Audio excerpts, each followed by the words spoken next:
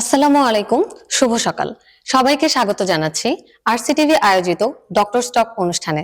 সাথে আছে আমি ডাক্তার মাইশা আলম এবং আজকে আমাদের মাঝখানে এসে উপস্থিত হয়েছেন doctor Mitali Bhattacharya, consultant gynae এবং অপস বিভাগ, in charge of normal delivery unit, Rangpur community medical college and hospital. Ma'am, কেমন আছেন? হ্যাঁ, ভালো আছি ম্যাম। আজকে আমাদের প্রথম প্রশ্ন হচ্ছে পিসিওএস অথবা পলিসিস্টিক ওভারিয়ান সিনড্রোম এটি আসলে কি? আচ্ছা, অনেক ধন্যবাদ। এটা একটা হরমোনজনিত সমস্যা। অনিয়ন্ত্রিত জীবনযাপন পলিসিস্টিক ওভারিয়ান সিনড্রোমের একটা অন্যতম কারণ। সাধারণত মহিলাদের 15 থেকে 45 বছর বয়সের মধ্যে এই রোগ দেখা দেয়, যা তার সন্তান ধারণ করার ক্ষমতাকে বাধাগ্রস্ত করতে পারে। বিশ্বে 10 জন মহিলার মধ্যে একজন মহিলা পলিসিস্টিক ওভারিয়ান সিনড্রোমে আক্রান্ত। ম্যাম, আমার পরের প্রশ্নটি হচ্ছে পিসিওএস এর পেশেন্ট কি কি লক্ষণ নিয়ে একজন ডাক্তারের কাছে আসতে পারেন?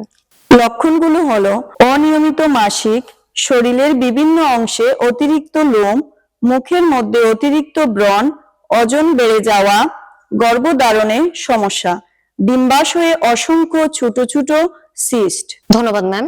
আমার শেষ প্রশ্নটি হচ্ছে পিসিওএস এর পেশেন্টের চিকিৎসার প্রাথমিক ধাপ কি হতে পারে? ধন্যবাদ।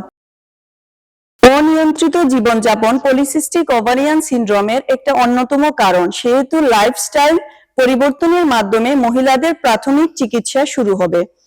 সেক্ষেত্রে ওজন নিয়ন্ত্রণে রাখতে হবে, প্রতিদিন 30 মিনিট করে ব্যায়াম করতে হবে, খাদ্য তালিকায় প্রতিদিন প্রচুর শাকসবজি, মৌসুমী ফল, অ্যান্টিঅক্সিডেন্ট সমৃদ্ধ খাবার যেমন টমেটো, গাজর, পটল, টক দই, পনির এগুলো থাকতে হবে।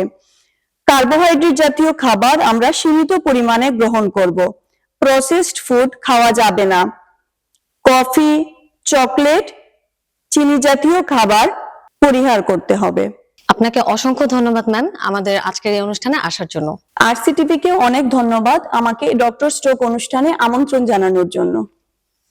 সুপ্রিয় দর্শক, আপনারা এতক্ষণ দেখছিলেন আরসিটিভি আয়োজিত ডক্টর স্টক অনুষ্ঠানটি। আশা করি এই অনুষ্ঠানের মাধ্যমে আপনারা অত্যন্ত গুরুত্বপূর্ণ পরামর্শগুলো পেয়ে উপকৃত হবেন। আগামী অনুষ্ঠানের দেখার আমন্ত্রণ জানিয়ে আজকে এখানেই বিদায় নিচ্ছি। আসসালামু আলাইকুম। Rangpur Community Medical College Hospital, for health, for education.